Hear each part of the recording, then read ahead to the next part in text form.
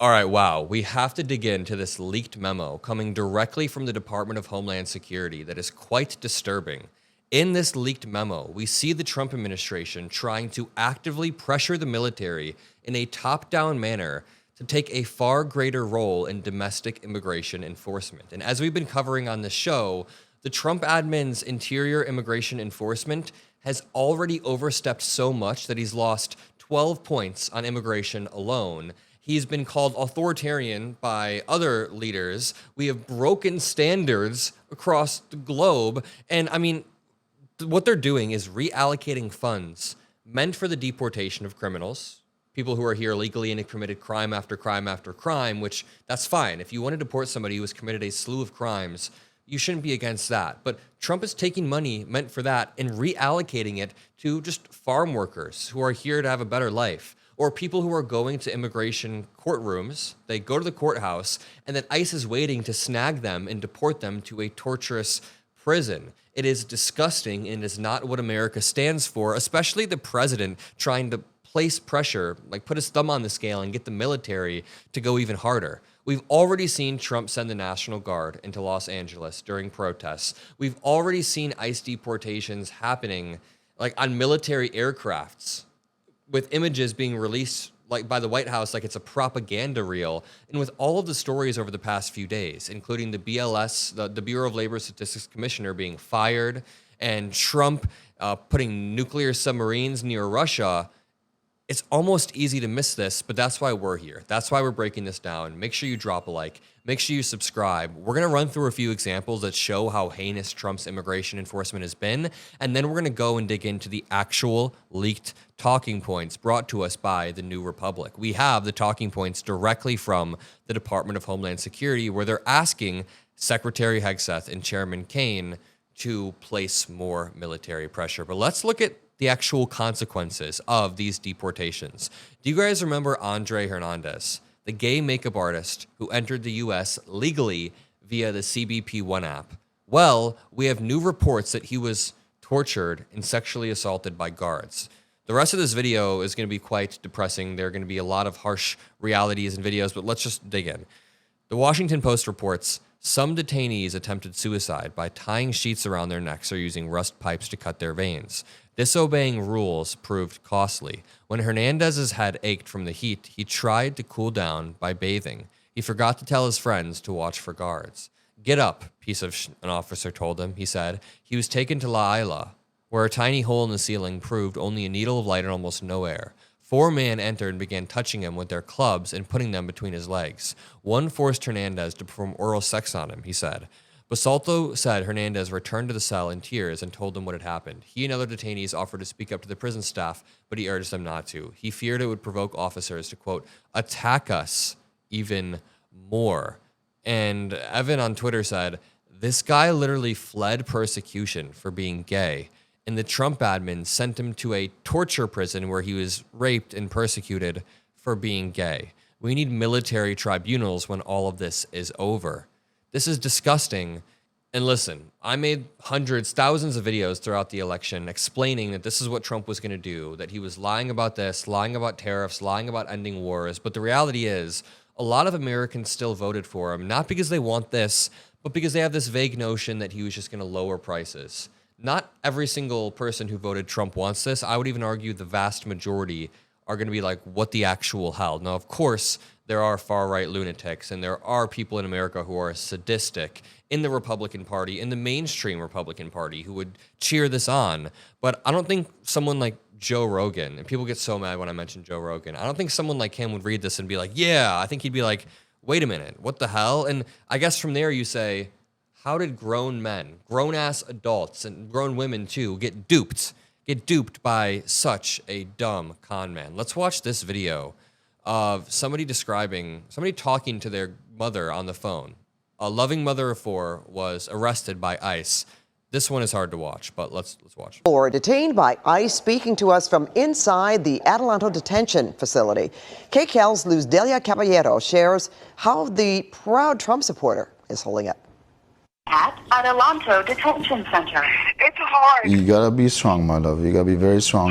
Arpine Masihi, a loving mother of 4 and Trump supporter, is speaking to us from the Adelanto Detention Center. None of my kids could handle this. I'm begging you. You gotta take care of yourself. A heartbreaking situation, but also a rare glimpse into the reality behind immigration enforcement. The only thing we cling on to is hope. Masihi's husband, Arthur Sahakian, tells us aside from missing his wife, they're also dealing with this hate mail, this one coming from New Orleans. We've blurred the text due to its vulgarity. Every minute that goes by, every hour, it gets worse and worse. My children are young. They all depend on me. When people ask me how I'm handling it, it's horrible. It's okay. Hold on, baby. She wants to talk to you. Arpine, thank you so much for talking to us. I know that this is a very difficult time. How are you holding up in there? I'm ashamed of my kids knowing the fact where I'm at today. Arpine has been in ICE custody since June 30th after a past burglary conviction resurfaced, leading to a final deportation order. She came to the U.S. legally at the age of 3, but now, despite living here for most of her life, her fate is in the hands of the immigration system. You forgot to tell everyone that your cases are in motion to be vacated. Adding, they've recently received Absolutely wild. And this brings me on to the main story of the day. Trump's domestic use of military set to get worse, leaked memo shows. A Department of Homeland Security memo obtained by the New Republic signals top-level discussions about a potential escalation of the Pentagon's domestic anti-immigration role and lays out new details. President Donald Trump has already enmeshed the United States military in domestic law enforcement. We had a major military buildup at the border. He maximized the use of military planes. He sent the National Guard and even the Marines to Los Angeles. But an internal memo circulated inside the Department of Homeland Security suggests that Trump's use of military for domestic law enforcement on immigration could soon get worse. The memo, obtained by the New Republic, provides a glimpse into the thinking of top officials as they seek to involve the Defense Department more deeply in these domestic operations. And it has unnerved experts who believe it portends a frightening escalation. A memo lays out the need to persuade top Pentagon officials to get much more serious about using the military to combat illegal immigration and not just at the border.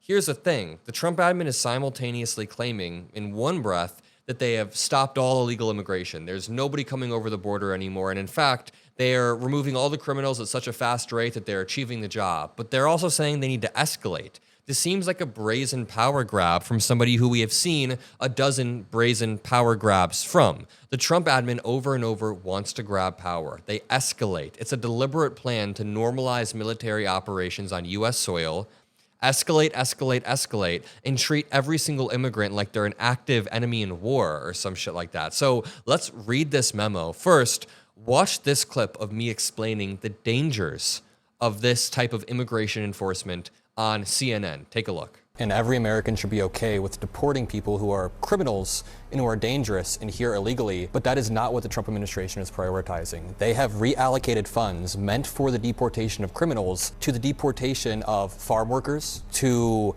people who are showing up to immigration hearings. They show up to their hearing and they get directly targeted. ICE is camping there. Or what about the 82-year-old who his family was told he was dead and he was found in Argentina? Kristi Noem is giving a pathway for the illegals to become citizens. They're saying, here's $1,000, deport yourself, come back in the right way. Look, my husband had to do it. My husband had to wait. We waited 9 years for his green card to become, and he just got naturalized last November. Why do we have to wait in line? Why do these guys just bum rush in and get all our benefits? Do you think it's okay when somebody who is following the proper processes is then kind of like hoodwinked? Not if they came in here illegally in the first place, right? It's not. Why didn't they They apply? came through asylum process. What this does is disincentivize people from going to the courthouse and following the proper procedures. And part of the reason they're being so aggressive is because of this arbitrary quota set by Stephen Miller, 3,000 a day, meaning people who are going to courthouses, being detained, being deported. Again, workers, people who are contributing to this country. So do you think it's okay when somebody who is following the proper processes is then kind of like hoodwinked? Not if they came in here illegally in the first place, right? It's not. Why didn't they They apply? came through asylum process. But that's the thing. That's That's not the illegal. thing. Well, They're that's what- criminalizing asylum.